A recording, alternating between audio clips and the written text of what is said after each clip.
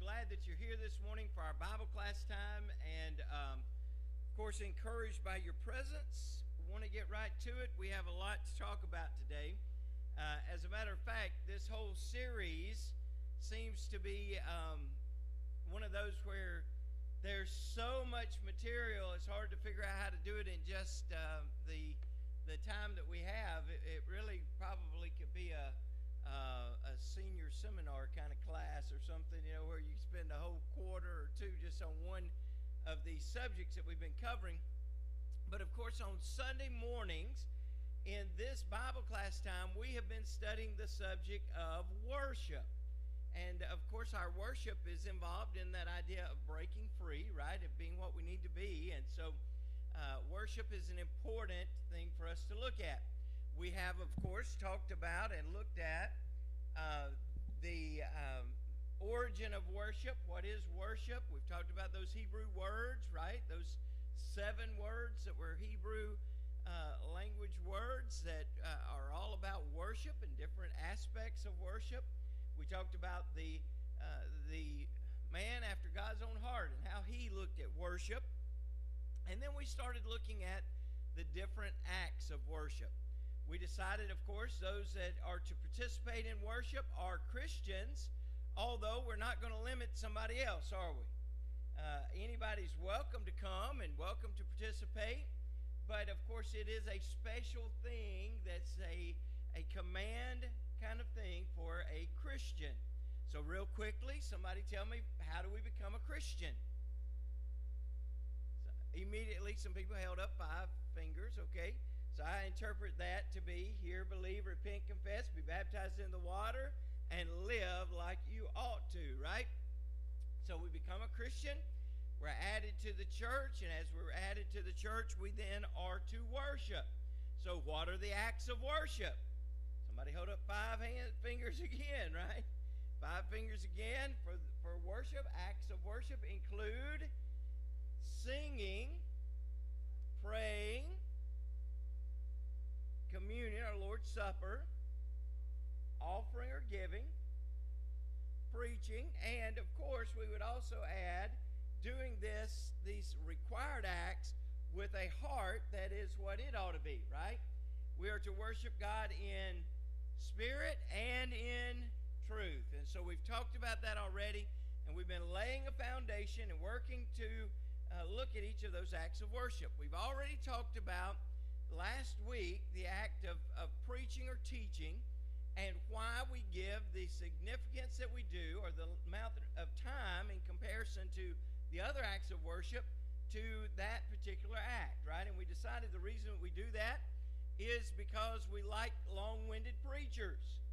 No, wait, that's not what we decided was. What we decided was the reason we do that is that's God's time to talk to us, right? And so that's why so much time is given to that particular act of worship. We've already talked about praying and the fact that prayer is needed and expected in our worship. And we've already talked about what other act? Giving.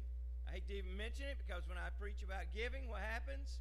Contribution goes down. That's right. So we don't want to talk about it much, but it is an act of worship that should be planned ahead of time, right?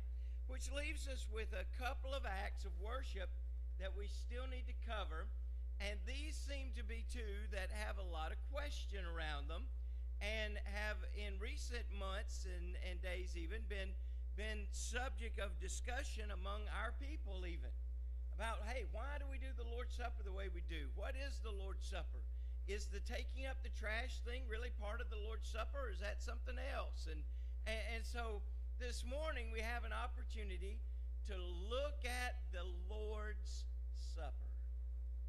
And I want us to do so with an open mind and heart as we talk about communion, right? That's what the Lord's Supper is. So tell me, why do we use the word or call it communion? Because we're communing with each other and with God, right? So we're partaking of this supper that is there for a specific reason, right? This Lord's Supper or the communion is there to help us in remembering Him. we do this in remembering his sacrifice. As a matter of fact, this is the picture that's on the screen almost every Sunday when we partake of communion, isn't it? I don't know if you even look at the screen very much, although it seems like everybody's always looking when the guys in the back forget to click the slide, right? That's the one time everybody's looking. The other time I'm not sure if we are or not, but we put this up there just as a reminder, right? You see two things in this picture primarily. What are the two things in this picture? The bread and the wine, or the bread and the fruit of the vine, or somebody even just says the juice, right? So we'll talk about that, even the terminology for it, in just a minute as well. So we understand and we recognize that this is a call to partake of those two items of worship. Now let's talk for just a second before we go any further into those two items, and we're going to look specifically at those today, okay? But let's talk about what was happening when Jesus selected those two items out of all the rest. What were they doing when Jesus establishes the Lord's Supper? That's why we call it the Lord's Supper, by the way. It was the Lord who established it, right? What were they doing when this happened? They were participating in the Passover. So, tell me about the Passover. What is the Passover? Yeah, it's the remembrance of the passing over of the death angel, that plague that happened down in Egypt, right? So the Israelites are in Egypt. They are there as slaves. It has come time that they be freed. And so this is a freedom meal, isn't it? This is a celebration of freedom. So the teaching was that the children of Israel should do some things in preparation for that meal. What were they told to do in order to recognize or celebrate even the very first Passover, when they were still down in Egypt, right? And they wanted the death angel to pass over them? What did they need to do? Blood over the door face. That's the first thing that I'm hearing. So blood around the door facing, right? So the casing of the door was covered in blood. What blood? Lamb's blood. Where were they to get this lamb's blood? Can you go to the store and just buy it? Some of us go to some weird grocery stores, right? And you just buy stuff. No, you can't just buy lamb's blood there usually. So how do you get this lamb's blood? The lamb. Yeah. The lamb that they had slaughtered, they were told to slaughter a perfect lamb. Here's the way to do it. Here's the specific way to do it so that it's sacrificed correctly. Then they were to use the lamb itself, the meat of the lamb, to do what? Have a big meal, right? They were going to have a big meal. They were going to eat it. And then they were to use the blood to coat the door facing. And then they were to do some specific things with all the other remnants that were left over. They were to burn it up, basically. And so they were eating this lamb. So, skip forward, about 200 years. All right, so what's happening now? That Jesus and the disciples are in the room, in the upper room. They're celebrating the Passover. What would have been on the table? Lamb, right? That's the most important thing. I mean, I'm not trying to throw you off, but that is what we just spent about 5 minutes talking about. So lamb probably should have been the first guess, right? All right, so lamb would have been on the table. What else? Herbs and spices, I heard. As a matter of fact, the cooking of the lamb was specified and always included herbs and spices and things, okay? What else would have been on that table? Unleavened bread. What else?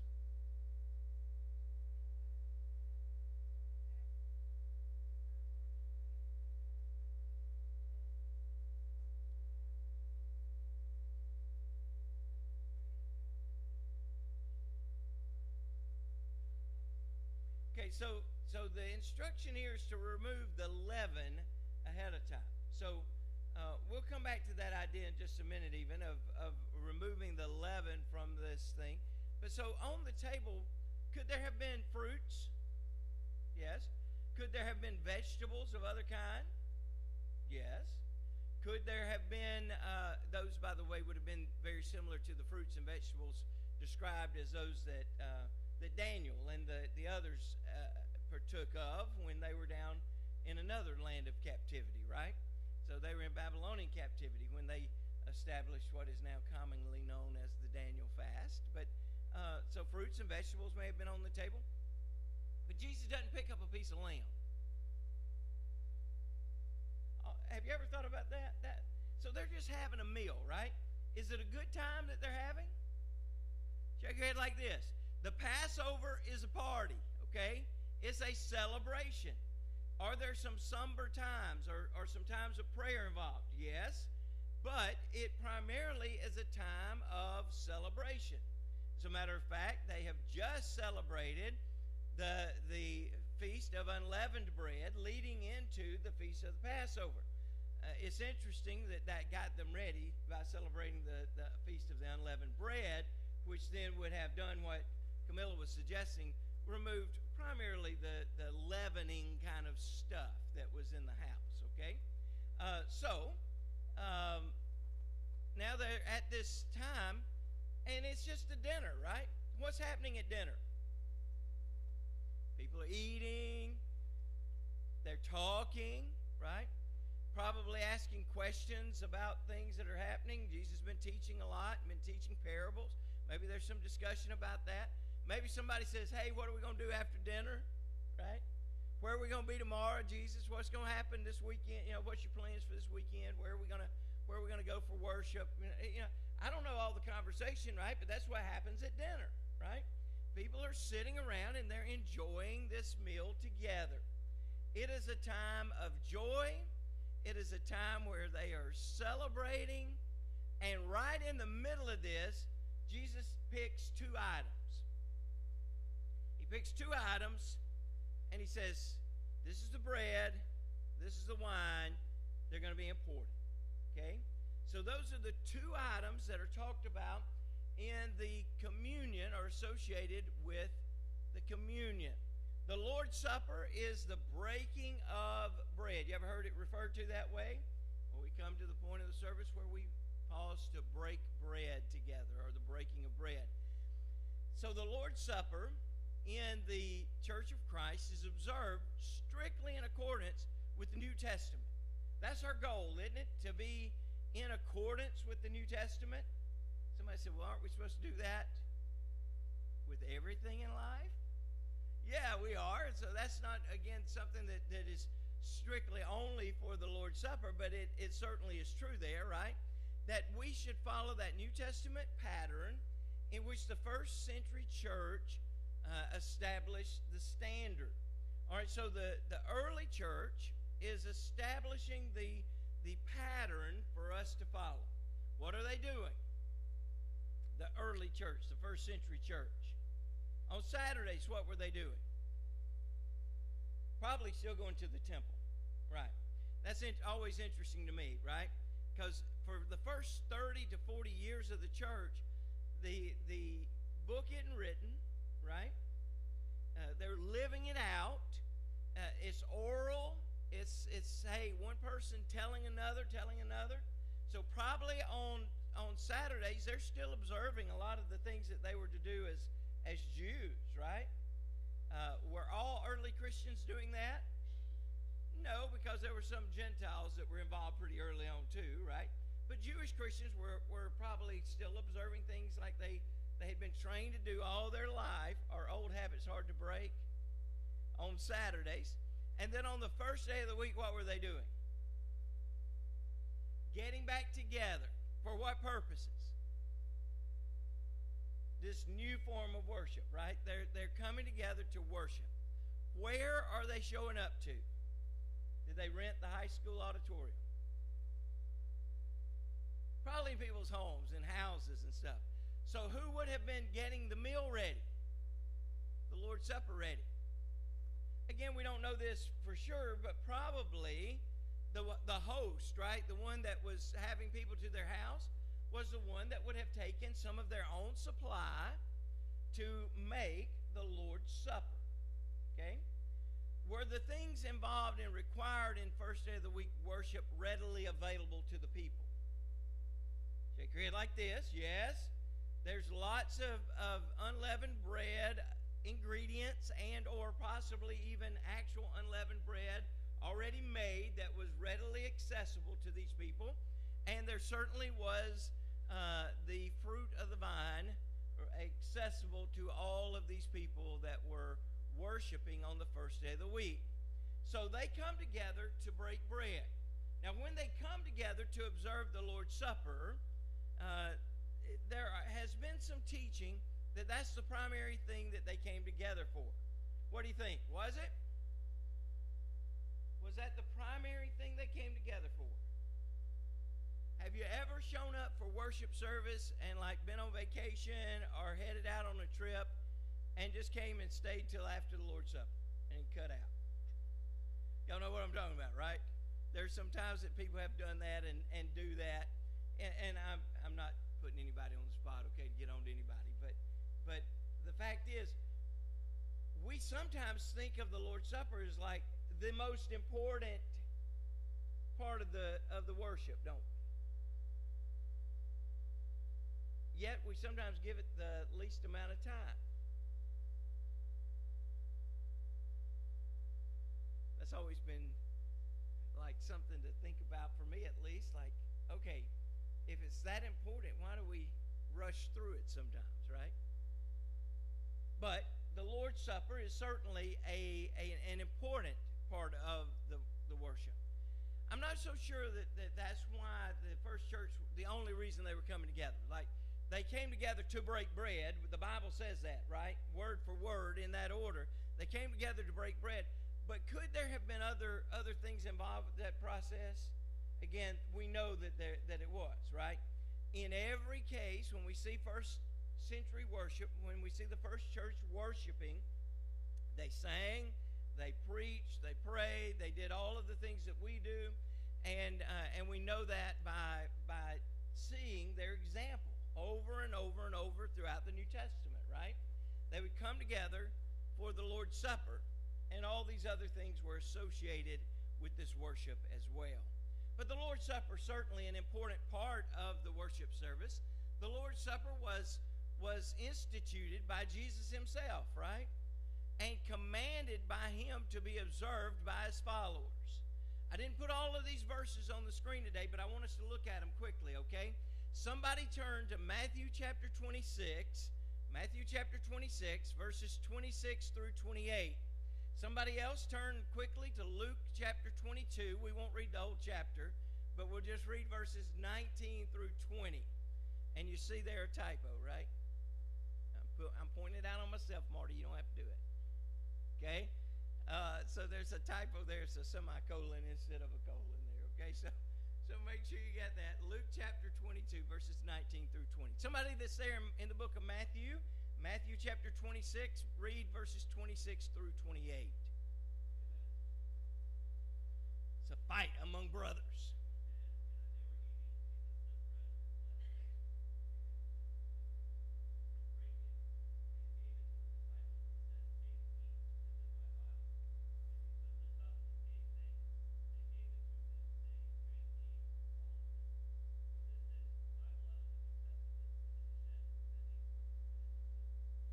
So while they were eating, this is just while the meal was going on, right?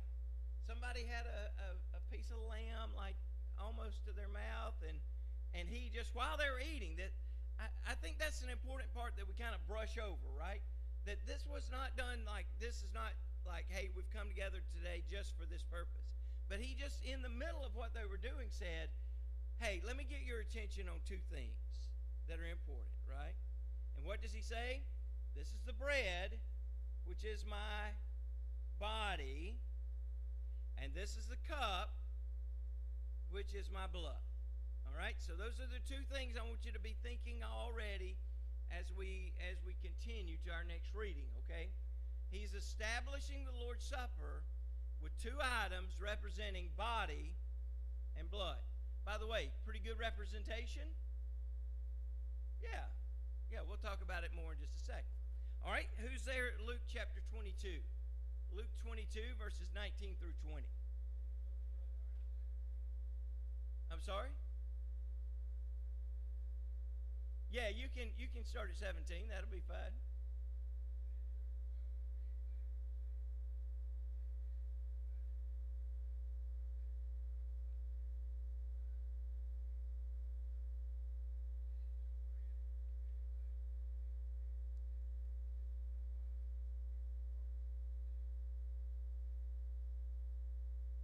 So, again, here's Luke's account, right?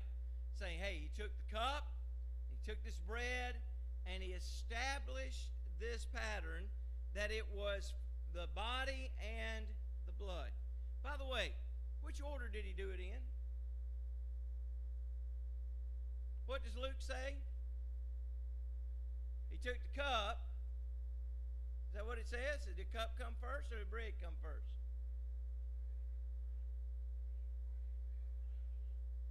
Yeah. So 20 is where this sequence happens, right? So if we're talking about the sequencing, it's the bread first and then cup. Is that a logical order to do it in? Yes. Why? Okay, so you eat first and then you drink. That's just a natural kind of thing, isn't it? That's kind of natural. But then if you think about the crucifixion, Jesus' sacrifice, which we're remembering here, what happens? His body suffers first, right? With everything from a mock trial to being spit on, to being naked, to being scourged, to being crucified, until finally we see blood where? At the end of that process, right? So we see body and then blood. So it's a reasonable sequence. Have you ever been in a place where they got out of order? Yeah. What do we do if that happens? Don't panic. Don't panic. That's first of all, okay? Everybody doesn't have to jump up together. I think a good way to handle that might be for one of our shepherds or maybe even me or one of us just to say, hey, we want to make sure that we do this in order that we believe the Bible prescribed it. And so we would just kind of correct it and then move on. One thing you can do, even if you're served in the wrong order, is what? Just hold both cups till you get both, right? And then, as a matter of fact, I have been in a worship service in a lot of different places where they would serve both items before anybody took either one. Certainly an okay way to do it. During COVID, we here and at other places used those little combo packs where everybody had what? Both items already in your hand. Could somebody have theoretically taken it out of order? Yes. But again, don't panic over that, okay? But I think there is something to doing it in the order that it was established in, okay?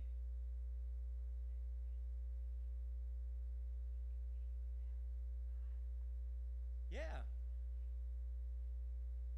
Okay. So good point there. When we started at verse 17 there in Luke 22, it's really Jesus handing it apparently to them, like passing it out, and then the taking of it. So just be aware there that the Lord's Supper is those two items established by Jesus in a logical way, right? So the Lord's Supper is to do in remembrance of me. Our table doesn't say it on it, but have you ever been somewhere where up at the front their table says in remembrance of or remembrance of me or something, some terminology there? Maybe you've even seen it somewhere else. Why is that part so important? That's what it's for, right?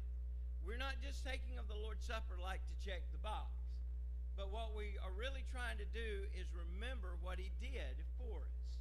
As a matter of fact, somebody will get up and they'll say something like this. They'll say, removing all other thoughts. Is that hard to do? Probably impossible, right? Especially for some of us that kind of are weird, right? As soon as somebody says remove other thoughts, what happens? Other thoughts is all I can think about all of a sudden, right? So it's like walking into a room and saying to a bunch of kids, hey, whatever you do, don't think about red elephants. Then all they're going to be doing is looking for red elephants, right? So we say, okay, get all the other stuff out. Now understand the principle there, okay? And focus on remembering his death on the cross is what we're really remembering, right? His body that was sacrificed and his blood that was shed. The Lord's Supper is observed when? On the first day of the week, on every first day of the week. Let me give you a couple of things here. Have you ever heard somebody say, why do y'all take the Lord's Supper every Sunday? What should our answer be? Acts 20, verse 7 says, hey, on the first day of the week when they came together, that's what they did, right? So we just are doing what they did. Have you ever heard somebody say, well, doesn't it lessen the significance of partaking of the Lord's Supper if you do it every week? I've heard that. David's shaking his head. Yeah, that's one that some of our favorite group of believers who observe the Lord's Supper on occasion, either quarterly or at Easter and Christmas and a few times a year, or weddings or other times. All right, so the group that probably, I think I'm just kind of reading his mind here, okay, that Dave and I are both thinking about would do this on just a quarterly basis or something. They say, well, it just lessens the significance. If I do it just occasionally, it's more meaningful to me. Here's your answer to that, okay? Why don't we do the same thing with preaching then? If it's more meaningful, why preach every Sunday, right? And why don't we do it with offering? Yeah, why don't we do it with the offering, right? If it's more meaningful to just do it every once in a while, why not just give every once in a while then? Instead of, as my guy did the other day, apparently lock the doors and keep people there until the right amount of money was collected, right? Isn't that interesting? So that's, by the way, a good way to answer that question. When somebody says, why do y'all do it every Sunday? It loses its meaning by doing that.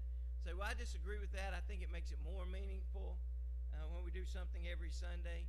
And we're just following the example of the Bible. Somebody be ready to read, by the way, Acts 20, verse 7. And we're following that example. And why not skip other things if it makes it more meaningful? We got two hands up. I'll come here first.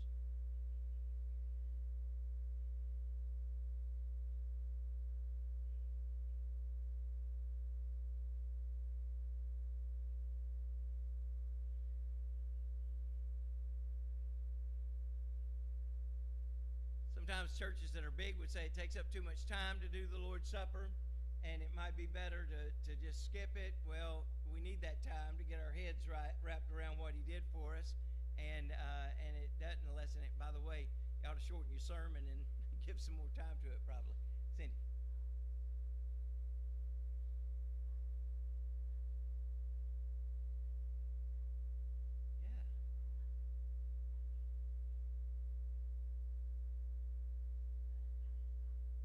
Yeah, no, I think so, yeah.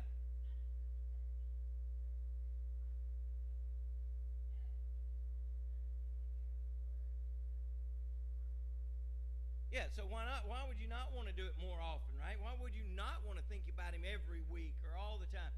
Sunday is, and she said a day when we ought to think about him more, and then she kind of backed off of that, but she should have stuck with it because I think that's a biblical kind of approach, isn't it? That the first day of the week is the Lord's day. So it's his day. So we do have some biblical direction to give at dedicated time on that day, the first day of the week, to the Lord. So why would you not want to? Let's look at Acts chapter 20, verse number 7. This is one of those familiar verses.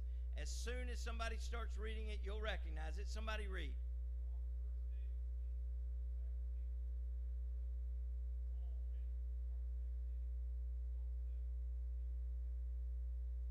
right, so 2 or 3 things here. One, congratulations on finally getting a verse in.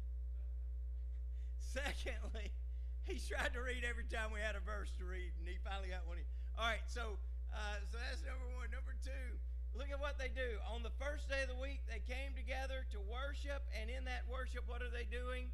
They're breaking bread. They're partaking of the Lord's Supper. And then Paul preached till, don't get him to come for our summer series, right? He's, I don't know. Okay, so here's what we don't know about that service, okay? We don't know what time it started. That service may have started at 11 o'clock that night. Still the first day of the week? Yeah, it's on the first day of the week. We have a tradition of worshiping like on Sunday morning, right? Would it be okay if we did a service at 1 a.m.? Sure. As soon as you know.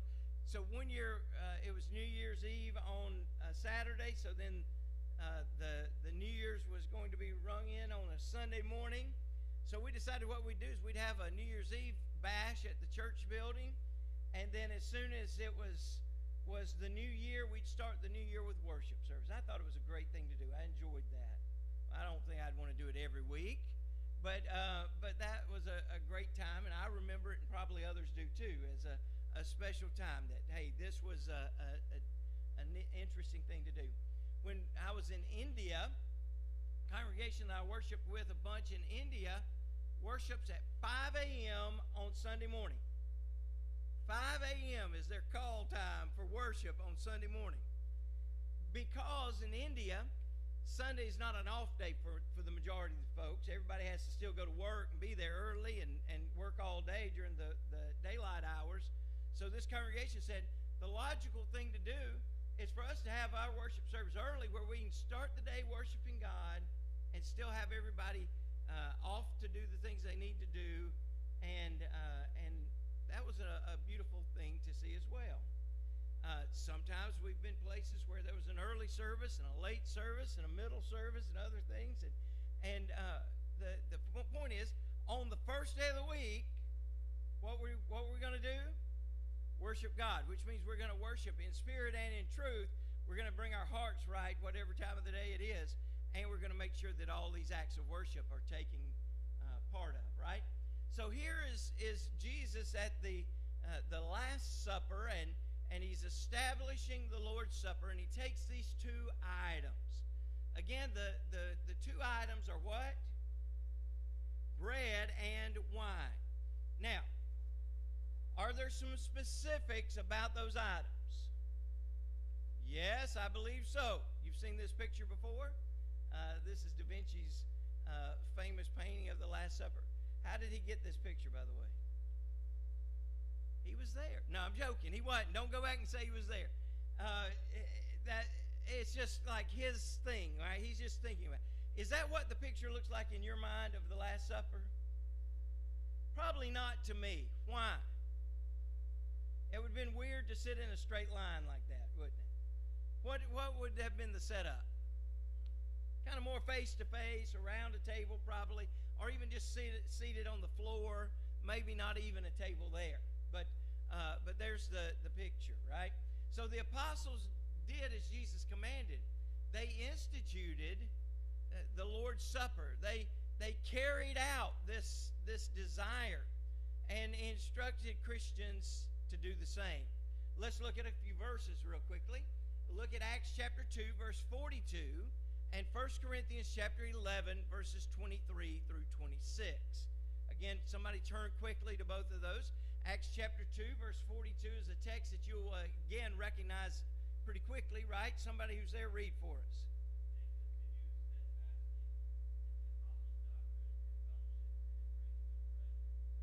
Now, what did the early church do? Well, they continued doing what the apostles had done. And what are we told to do? Keep it up, right? Don't quit. What did they do? Well, they came together for study and for worship, for breaking of bread, for these specific things, right? Look at 1 Corinthians chapter 11, verses 23 through 26. Somebody read that one for us. Not everybody all at once, really. I mean,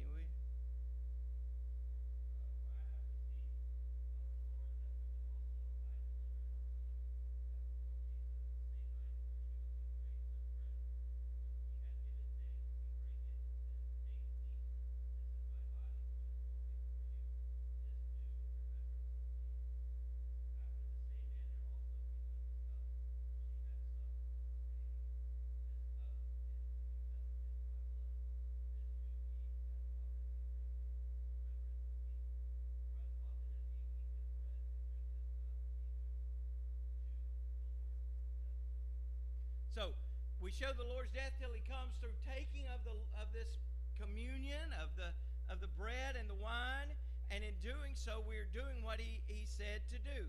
This is Paul, by the way, talking. He wasn't there on the first time that the Lord's Supper was established, was he? No, he saw the light literally on the road a little later on and was brought into the fold. But what does he say? Just as it was shown to me, I'm telling it to you. You partake of these items. These two items are used in the Lord's Supper. They are used for specific reasons we've already mentioned, remembering the body and the blood. They are unleavened bread. We're going to look at that specifically in just a minute. They are unleavened bread, or bread without yeast. By the way, could it have other things? Shake your head like this, yes. But yeast is the thing, right? So it's bread without yeast, and it's the fruit of the vine. It's juice from the grapevine specifically, I believe, and the Bible will back that up. Again, let's look at these texts. There's a text in Matthew and a text in Mark that supports the bread idea. And then whoever's reading there in Mark, just keep it open because we'll use that too for the fruit of the vine. Matthew chapter 26, verse 17 says what? We've already read it. Matthew 26, verse 17.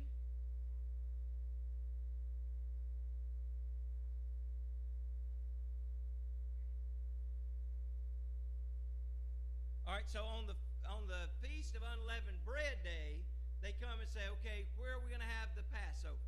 What are they doing? They're getting things ready. Why? Because we need unleavened bread. We need the lamb. We need the right stuff in the right place. They're getting things ready. Look at Mark 14, verse 12.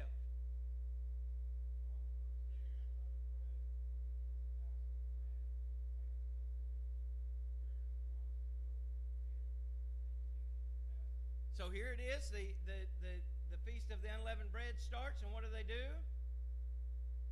kill the Passover lamb. They're getting ready. Somebody, by the way, was already looking at me when I mentioned that a while ago about what all was on the table when they were eating, like going, are you sure? Guess what? Yeah, we're sure.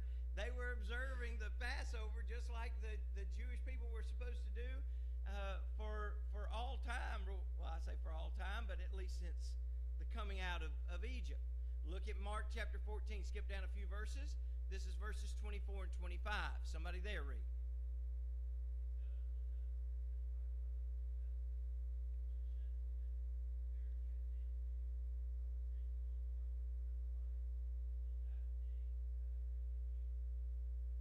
Okay, so again, he's drinking the fruit of the vine. Was this orange juice? No, why?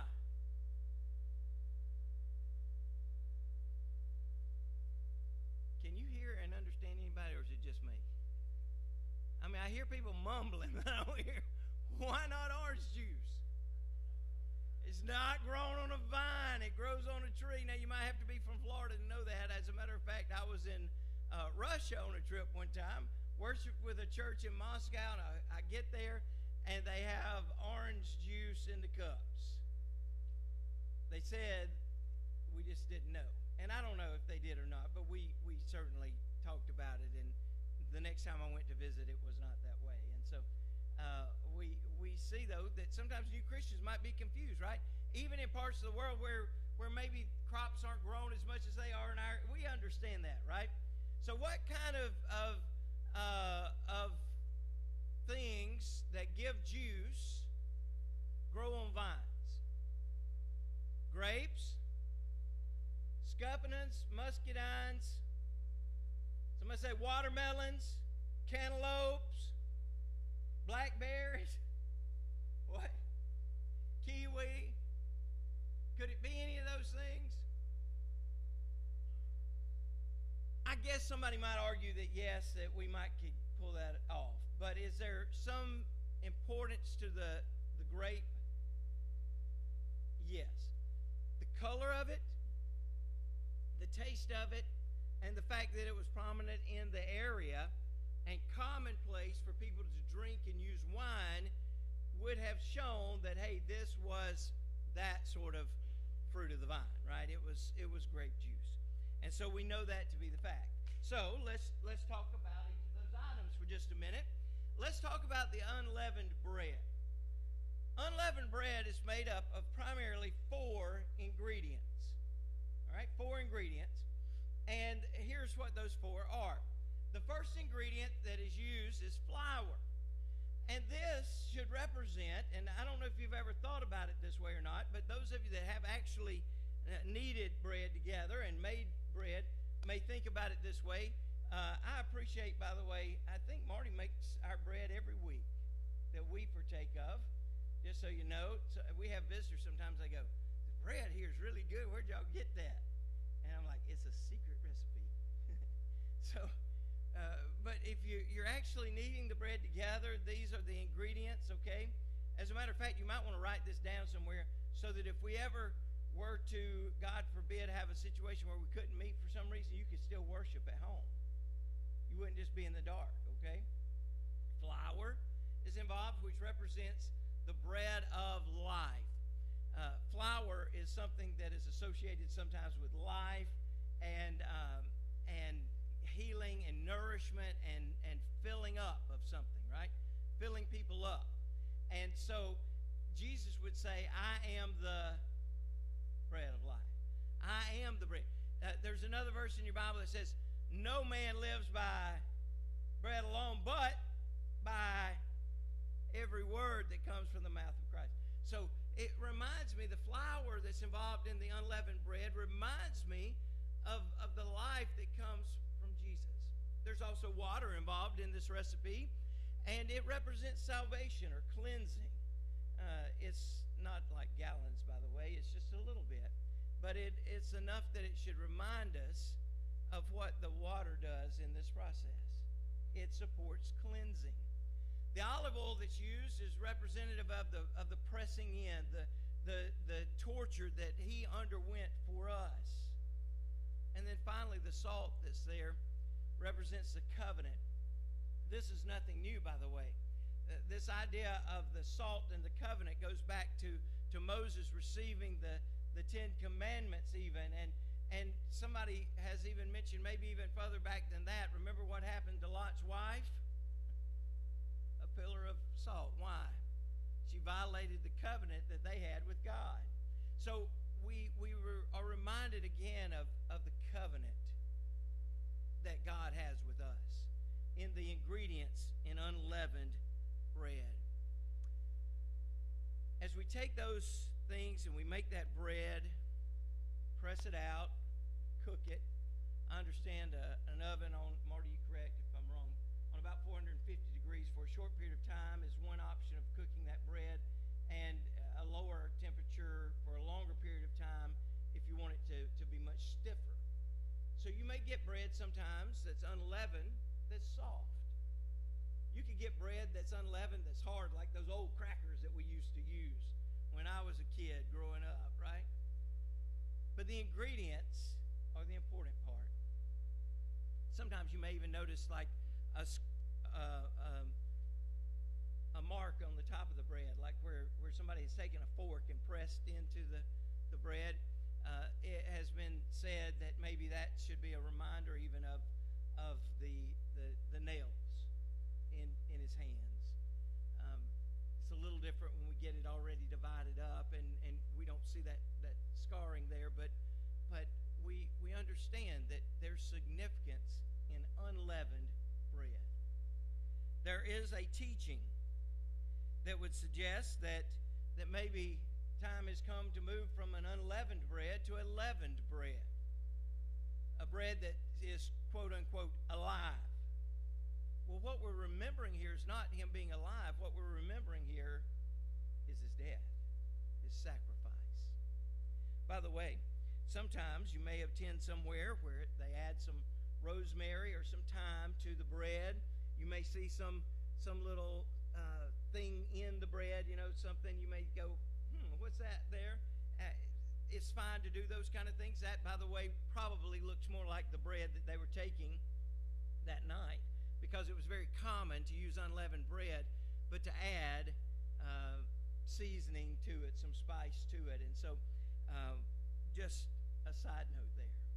So then let's talk about this unleavened bread a little further. This bread, again, is the idea of the representation of his body. It has been said, and maybe you've heard this too, that the bread becomes his body. I don't know how you think about these kind of things, right?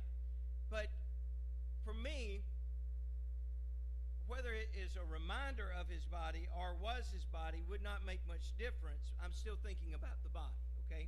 That's just a personal thing. There is nowhere in your Bible, there's nowhere in the New Testament that says that the bread actually becomes his body. Just so you know, okay? There's not a verse that you can refer to that says, hey, this now is his body and you're taking the flesh. As a matter of fact, early on in the church, some people were accused of being cannibals because they were supposedly eating his body. So, some interesting things to think about. By the way, watch the screen real quick. This is how many slides we didn't get to today that I had on that subject, okay? So here's what we'll do. I was hoping to be able to get through all of them today, but this one is such an important topic for us that we will resume there next week, okay?